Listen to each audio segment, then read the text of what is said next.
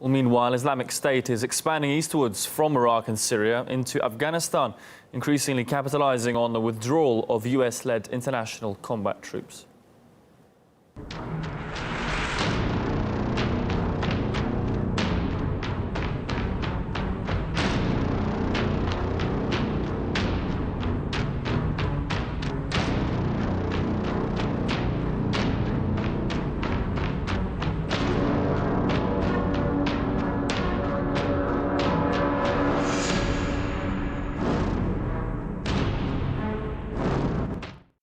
The Islamic State has become notorious for recruiting child soldiers in both Syria and Iraq, and now the extremists are doing the same thing in Afghanistan.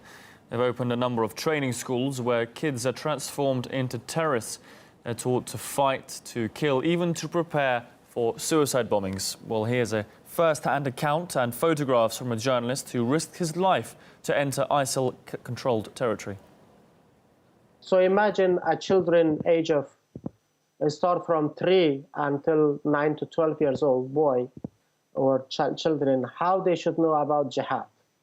So they were teaching them what is jihad, how should they do jihad, the jihad should be against whom. Shockingly, all the children knew all the name of different weapons, and they all knew how to use it. It's mean they were taking training a while ago, maybe before I was there, maybe for months. Well, Najibullah Qureshi managed to gain access to Islamic State territory by persuading the extremists to let their story be told. He says he returned gripped by fear for his future of his native Afghanistan. ISIS is the worst group I ever seen.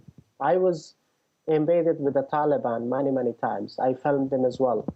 I filmed like Hizb Islami, the other terrorist group as well. But ISIS was the more worse and dangerous group I ever seen in my life. And I think their presence will destroy only not Afghanistan, and it will destroy the other neighbor countries. US-backed Afghan security forces have failed to contain terrorism after NATO pulled out the country last year. Resurgent Taliban has killed dozens of people in recent raids. They've even managed to capture some key cities, while casualties in the Afghan military have soared by 27%. Islamic State is aggravating an already chaotic situation, underlining America's failure to bring peace to Afghanistan. That's according to geopolitical analyst Khalil Nouri. The coalition mission has failed from the very beginning, from Bonn Conference in 2001, when they set up the foundation for Afghanistan. When you have a porous border and a border that is not controlled by security forces, that Afghanistan could be destabilized. We don't have a set goal or a long-term goal for Afghanistan's peace plan. What we have is something that is not viable and has not worked in the past 13 years.